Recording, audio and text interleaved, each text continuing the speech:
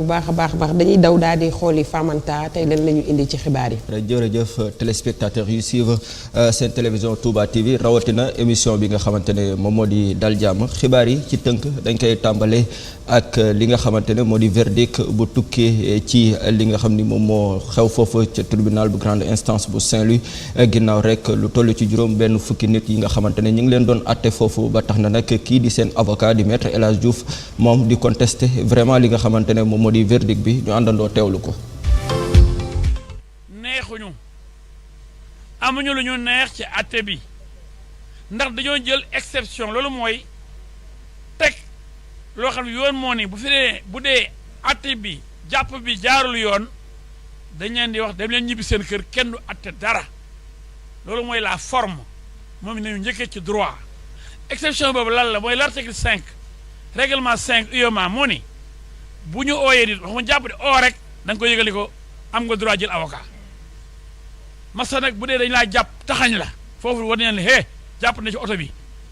kuy sa avocat ba bëgg jël avocat oo ko léegi waaye ku ñu téye taxañ la putam put.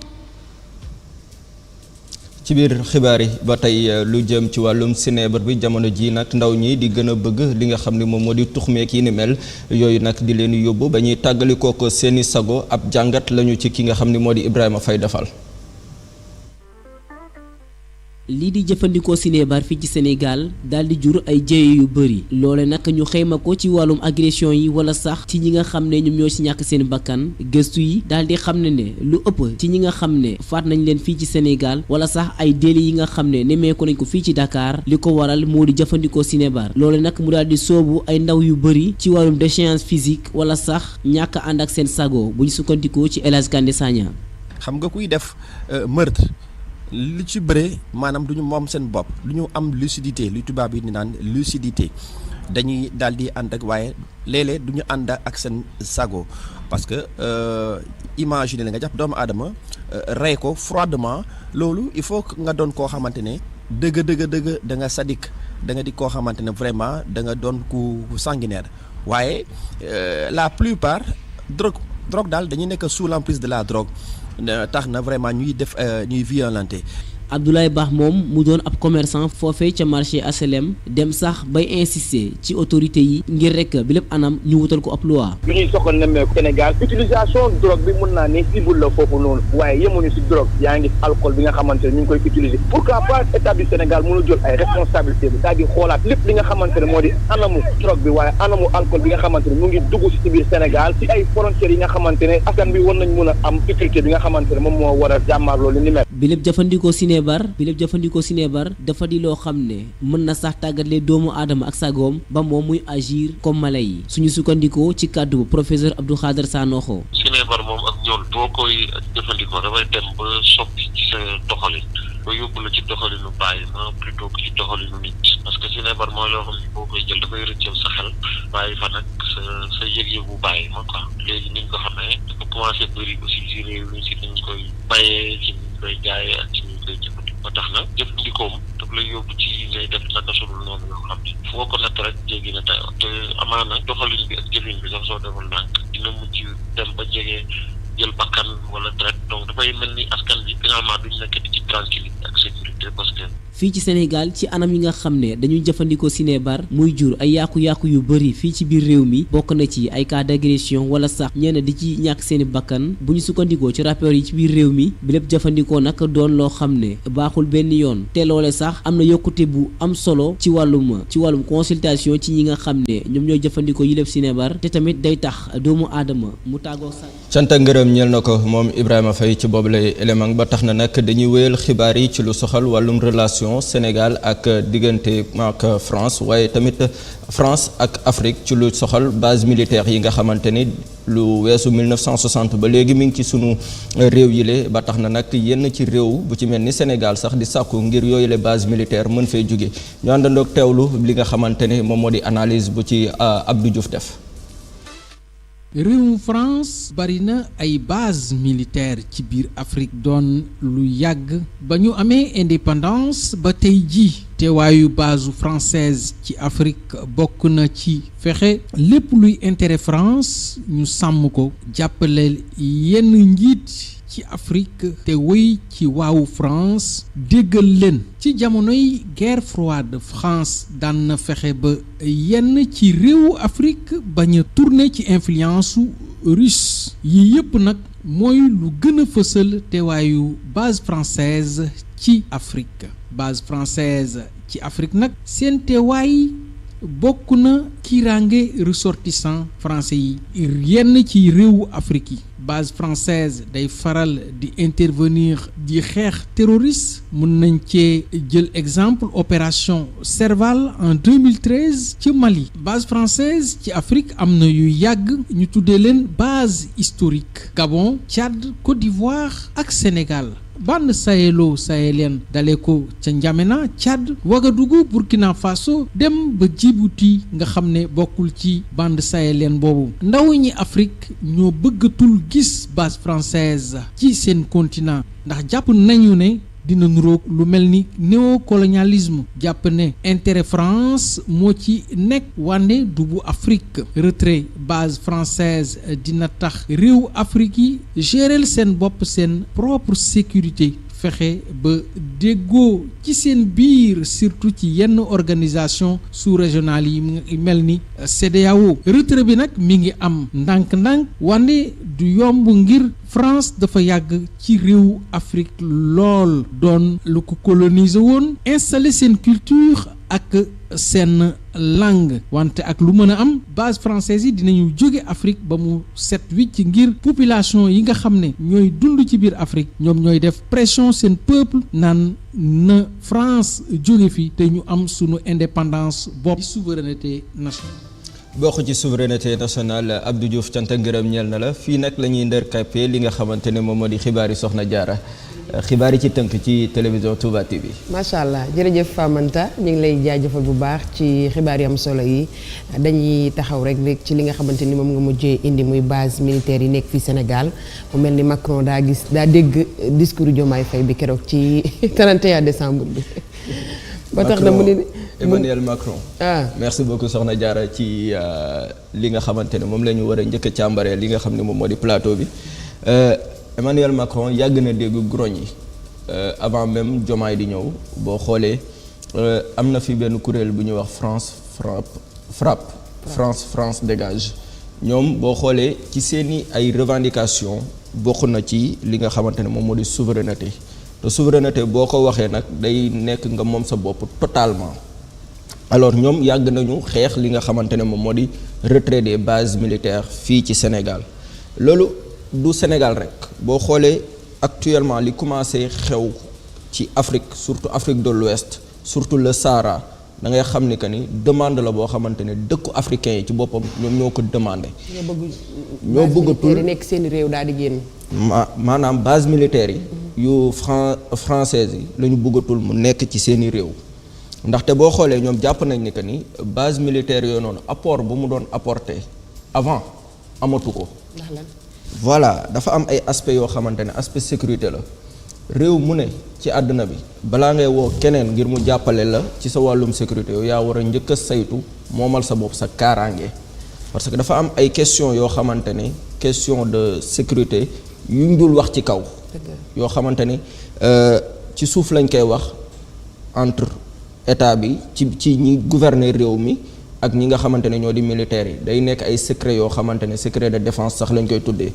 warul di génn léegi secret de défense yooyu noonu boo ci indee benn intrus comme ça koo xamante ne France la jógee wala beneen réew ngeen di partager ndoo les mêmes secrets dina am fu mu lay koñe dëgg la te foofu mu lay koñe suba bu la bëggee chantage suba bu la bëggee jaar fenn fi fa lay jaar de ce fait boo xoolee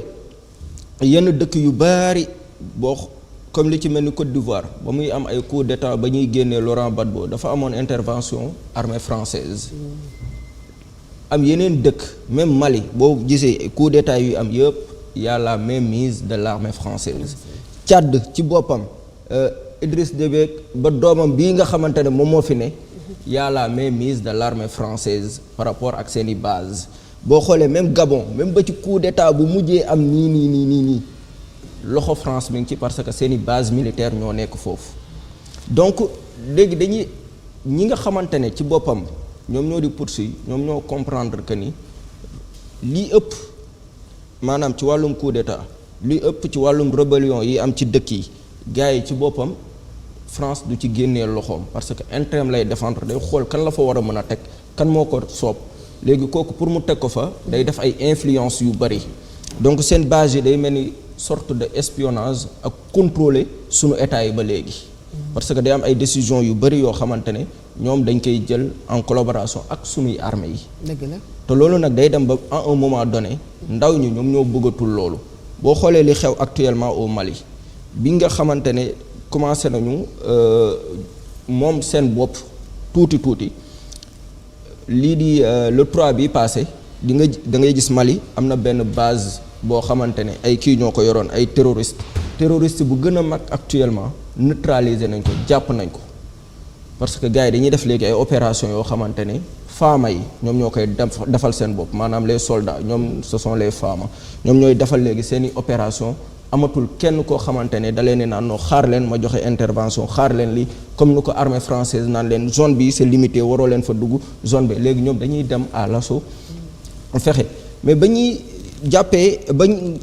poursuite yi bi nga xamante ne jël nañu Mali à un moment donné da ngay gis ni que ni c'était clair am na ay base yoo xamante ne base ci biir base français yi ci boppam ñu fay gis ay or yu baree ay or maanaam ñoom même bu ñu nekkee fenn c'est pour leurs propres intérêts même boo xoolee protection yi ñuy def sax ci dëkk boobu noonu c'est parce que dafa am ay ressources yu ñuy protéger boo xoolee ba li xew fi nga xamante ne moom moo di Niger tout récemment uranium bii fa ne moom la gars yi di protéger armée française uranium bi lay protéger foofu soldats yi foofu la ñuy intervenir parce que seeni intérêt la nga xool Mali zone yi nga xamante ne mooy Kidal zone yi ëpp or foofu la ñu doon intervenir. tey bu askan bi bëggoon a xam ñoom seen base bi ñu am fii lan la ñuy apporter gouvernement Sénégal. voilà ce sera un peu compliqué nga ne tey jii nii comme que nekk nañu ci pays yoo xamante ne comme bu ci mel ni Sénégal. touche du bois depuis 1960 ba léegi ñu ngi ci jàmm amuñu benn coup d'état amuñu lenn léegi base militaire boobu noonu lan la fiy def. lan la ñuy apporter. ban ceytu moom lan lay apporter du ay formation yoo xamante ne peut-être la ñu mën a apporter parce que tamit sunu soldats yu bëri tey jii nii seeni formation yu bëri yu ñuy defe ji Saint-Cyr lañ koy defe ji fële ca France kon am na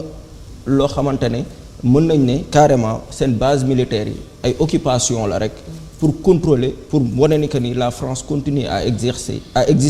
et à exercer ses autorités ci africains yi loolu dong la mais démb Macron ci boppam pour man xol bu jeex la waxee. boo liiree lettre bi. parce que nee na même bu ñu leen aider ci lutter contre le terrorisme ñu ngi leen ciy jàppale waaye duñu wax sax merci. ñun duñ leen wax merci. waaw waxuñu leen sax merci waaye lu ñu bëgg moom mooy ñu jóge fi donc te ñun waxtaan nañ ak ñoom sax ne ko ñun dañ fiy jóge te boo xoolee grogne bi yàgg am ak li xew Mali. xew surtout sax l'alliance des États du Sahel loolu on ne peut pas dire que ni bu ñu analyser dëgg-dëgg la communication du ñu ne Macron moom il est en messe avec ces États là parce que ñooñu ñu gën a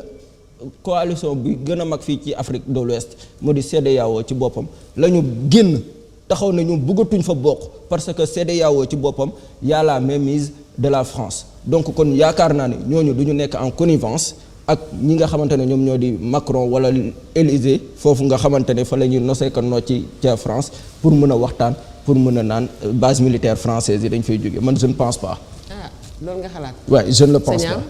waaw bala maa ñëw sëñ Fall. merci Mame Diarra. li may wax rek mooy li tax ñu nekk ci nguur gi bëgg base française bi jóge fii lu ñu campagne la woon la nag. lu ñu campagne. waaw lu ñu campagne woon la parce que boo xoolee mi ngi wax léegi France dégage boo xoolee ñi nekk jëwri ñi ci gën a mag dañoo nekk ci coalition Diomaye président wala ñu jege lool Pastef mën nañu wax sax ki yor seen kaddu muy Guy Marius Sagna nga xam te ni moo portoon combat bi ak yenn activistes yi genn wàll gi yëpp dañu soutenir le projet de Pastef gëmloo aussi Sénégalais yi ni français yi amalu ñu njëriñ dem nañ sax boo waxoon ni CEDEAO syndicat la boo xam ne dafa dajale président Afrique yi ngir ñu nekk làmmiñ ak bët France loolu sax dem na ba nga xamante ne xale yi bu ñu fippoo fii njëkk a dem attaqué ko mooy Auchan yi parce que jàpp nañ ni ñii am lu ñu njëriñ dañuy dem ba ci ak aussi ñi ñuy jël seen xel def ci ni lañ doon wax ci démb l'Afrique reste et demeure toujours le grenier de l'Europe day nekk ci xelu génération bi di doogu ñëw mu nekk une génération révolutionnaire boo xamante ni bëgguñ dara lu leen tënk ci ñàkk tënk boobu nag ñu ni ñoom kat souveraineté la ñu bëgg souveraineté nag ci lépp buumu jaam gi la ñu jàpp ni ñoom dañ ko war a dagg waaye mais lépp aussi état day waxtaan lépp da nga war def une concertation une conversation à sens ouverte ak ñi nga xamante ni ñoom ñoo la colonisé woon bi ngeen trouver une voie consensuelle ba kenn ku nekk dem ci jàmm tey boo xoolee pratiquement même le leader ou la personne morale de Pastef taxaw na aussi dal ci seen kaw dal ci kaw France bu ci avant sax muy nekk ci nguur gi jàpp nañ même sax or bi ñu am Sabodala dañuy jàpp sax ni ñoom ñoo koy ronqat ñoom armée bi. waaw dañuy jàpp loolu la ñu def seen bopp ñun Sénégal yëpp pratiquement communication boobu ñuy def dañuy dem ba xam dañuy jàpp ni ñii dimbaluwuñu Sénégal waaye noonu Sénégal lañ mais nag am na ci loo xamante ni dafa am si solo trop seen base bi am na partie boo xamante ni am na solo parce que sécurité dafa am solo te boo xoolee terroristes yi dañu ŋànk réew mi te ñoom boo xoolee aussi dañuy xeex lool terrorisme bi waaw dañ koy xeex nag. fii ci Sénégal fépp lañ koy xeex donc loolu il faut que ñu bàyyi ci xel léegi nag réew mi bu fekkee da nga def ba nga xam da nga ni man kat bëggatuma la gis da ngay jël nag ay matuwaay yu wóor parce que sécurité réew dafa am solo trop parce que bu sécurité bi amul rek mën na am ay gàllankoor yoo xam te ni ay prox ndollu yoo xam te ni mën na basculer réew mi bi ba réew mi jëm foo xam te ni du neex. yan matuwaay nga bëgg ñu jël ko. c'est-à-dire su ma wax matuwaay mooy xam nga tey boo xoolee ñun dañu nekk ci benn cercle bu doy waar Afrique foo ci laal rek day mel ni góom bi metti terrorisme bi mi ngi dugg bu baax dañu nekk ci benn cercle de feu loolu nag dafa laaj matuwaay bu dëgër ba nga xam te ni dinañ mën a xeex lu ni mel ba nga xam te ni ëllëg suñu réew yi du basculer wu foo xam te ni du neex donc loolu il faut que ñu jël ci matuwaay bu mucc ay. kon yow bu ñu la déggee d'accord ne. non je suis pas je waxuma d'accorduma parce que c'est une demande sociale c'est les Africains même boo dégloo Gbagbo xam nga boo en Côte d'Ivoire moi je crains fort que Gbagbo va revenir en force te boo déggee déclaration am qu'est-ce qu'il dit moom day wax sax le retrait des Français en Côte d'Ivoire boo xoolee Afrique sous-région bi yëpp kenn bëggatul gis parce que dafa am benn vent bu soufflé wu mooy ndaw ñi dañu am lu ñu gëm souveraineté bi nekkul rek ci sécurité de fépp lañ ko soxla ci fànn yépp parce que boo xoolee li ñu am ñun ci ressource naturelle ak crème intellectuelle bi nekk ci Afrique wax je ne parle pas de Sénégal bi nekk ci Afrique bu fekkoonte exploité nañ ko lu ñu ko exploité mu am une volonté politique notoire l'Afrique je parle pas de Sénégal mais l'Afrique s'orientera vers un horizon prospère meilleur et adéquat mais malheureusement nous avons des dirigeants qui se laissent toujours guider par des réflexions alambiquées li leen ñor mooy leur intérêt crypto personnel te loolu nag dafa war a jóg dafa war a jeex moo tax Afrique jiite fi réew léegi dina jafe trop parce que population bi dañu gën a éveillé wu sax ñi nga xam ñoo jiite réew mi parce que xale bu ndaw bu ci nekk autant la presse bëriwul woon réseaux sociaux yi bëriwul woon mën nga tëju def la neex mais kenn du ko yëg léegi sa nekk ngay toog wax li nga wax mu tas ci àdduna donc nit ñi éveillé wu moo tax nos dirigeants là il faut qu'on fasse beaucoup d'attention lépp nag même boo bëggee base militaire bi française mu retiré wu man je suis pour une concertation bu ñu trouver une voie consensuelle ba kenn ku nekk dem te du coowoo du am parce que réew nag dañ koy yor ci dal réew dañ koy yar ci xam-xam waaye réew aussi dañ koy yar ci teey ak xol bu laab. macha allah jërëjëf sëñ Amady Diop dégg nga li mu wax dañuy ragal ni mën naa jur la leen ëllëg. waaw jërëjëf sëñ Abdoulaye xam naa ne maîtriser wu ma trop ci côté boobu ndax boo xoolee lépp lu jëm ci affaire militaire loolu ñaare dafay nekk secret ci seen mbir yëpp daanaka dañ koy caché daanaka militaire moom du la wax exactement sax nombre de bases yi mu fi am ak kii mais 2010 juin 2010 France 24 dafa def benn étude wax ne am nañ 1200 militaires fii ci Sénégal yoo xam ne ni yoo xam ne français yi ñoo leen yilif ñu ngi fii ci dëkk bi mu am tamit ñaari parti am na côté boo xam ne ni maanaam am na solo ci Sénégal mën a moom boppam parce que nit ñëpp population bi li ñu bëgg mooy xëy na France mën leen a bàyyee seen sécurité bopp boo xoolee dañuy jékki-jékki rek am information bu génn ñu ne peut-être renseignements généraux français yi ñoo ko génnee alerte président bi doo xam ndax information boobu bi ñu koy génne dañoo am problème ak kooku wala doo xam daal mais état bi dañ ci jël ay responsabilités yàgg na fi en dul état bi dëgg la yàgg na fee am yu bari sax daan xew daanaka boo dee xool ñoom ñoo ñu daan joxe renseignement wala américains yi jiñ nañ fi sax ay nit terroriste nangam ti leen pamti leen finalement mujjul fenn yooyu yëpp dafa nekk yoo xam ne ni li fekk moomoo sa bopp mën a goo ko mu am beneen côté boo xam ne tamit am na tuuti danger mooy laaj na itam dal ak waxtaan bu baax ba nga xam ne dañ koy def ci diplomatie parce que bu dul loolu dañuy bàyyi xel ci ne Sénégal ba léegi dëkk la boo xam ne ni yu baree bari mën a gu cee demal boppam donte sunu base sunu militaire yi ñu am fii ñoom gàcca ngaalaama ci wàll yàlla musal nag ci guerre ak yu mel noonu waaye jàmbaar lañ ci te it am nañ ci ay jumtukaay waaye ba tey jii démb rek am na kilifa gu ma ci waxtaanal ma ne ko nit ñi ni ñu bëggee am liberté ne France nañ dem mais nañ ci tey bu baax parce que li tax ñu war cee tey mooy tey ba tey jii may wax ak yow Sénégal mënagul a demal boppam ci fànn yu bare yoo xam ne ni mënu cee ñàkk ay collaboration parce que nit ki tamit da ngay toll foo xam ne nii di nga bëgg a moom sa bopp mais doo ko mën sa kër gi nga moomal sa bopp sax yilif ko nga xam ne yaa ko jënd moom ko ñi fi nekk yaa leen dundal sax di nga toll foo xam ne du nekk ci sa loxo doo ko contrôler leen sa bopp dana bari yu lay rëcc yoo xam ne nii mënoo koo gérer donc maîtriser wu ma ko baax waaye bu fekkee ne loolu mooy li nga xam ne nii mooy tax Sénégal am sécurité boppam mais na fekk nag bu ñu leen fiy jëlee nañ remplacer maanaam information yooyu ñu doon jox ñu gën ci veiller donte ñun suñu service de renseignement généraux yeeg suñu armée beeg suñu nangam ñoom ñëpp maanaam liggéey moom ci wàllu Afrique gisuma ku leen ci macha allah Diop jërëjëf dafa am loo xamante ne sëñ am mi ngi koy wax gars yi bëgg nañu moom suñu bopp comme ni ñu koy waxee mais aussi ñëpp xam nañ ne que ni actuellement ak monde bi nu mu nekkee ñu ngi ci mondialisation amul benn réew ci àdduna bi bu mën a demal boppam moom kase tey jii nii même ci côté li nga xamante ne moom moo di sécurité bi ñuy wax nii côté base militaire yi du France rek moom moo am ay base militaire au niveau de l'Afrique yaa lu ñuy wax Amérique comme Chine comme am na aussi donc bëri na ay base militaire tey boo demee benn jour maa ngi koy wax fii nii Djibouti terre bi xam nga lan lañ koy def dañ koy louer armée américaine bu dugalee comme bu defee base militaire louer ci sa dëkk def fa base militaire lu muy dugal sax ci sa économie dafay bëri tellement yaa ngi koy fàttaliku Ablaye ci retrait bi nga xamante ne coup d'état bi mujjee am Niger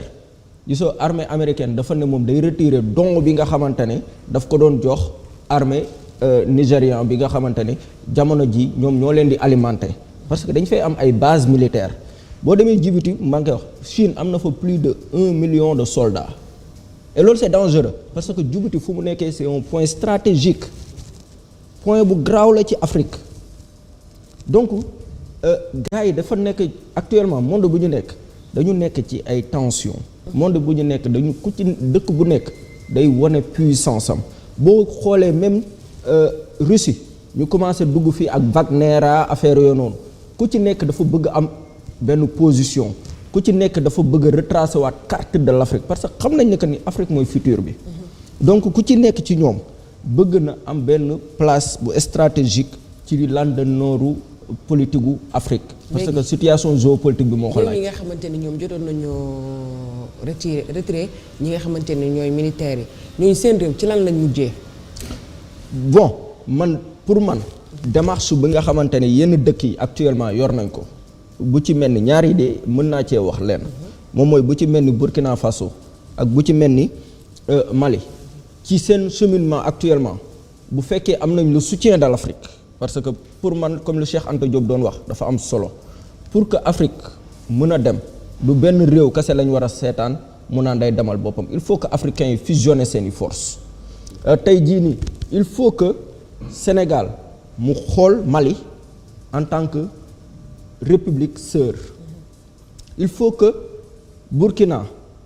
mu xool Niger en tant que république sœur pour ñu mën a aidewante ci lu jëm ci ay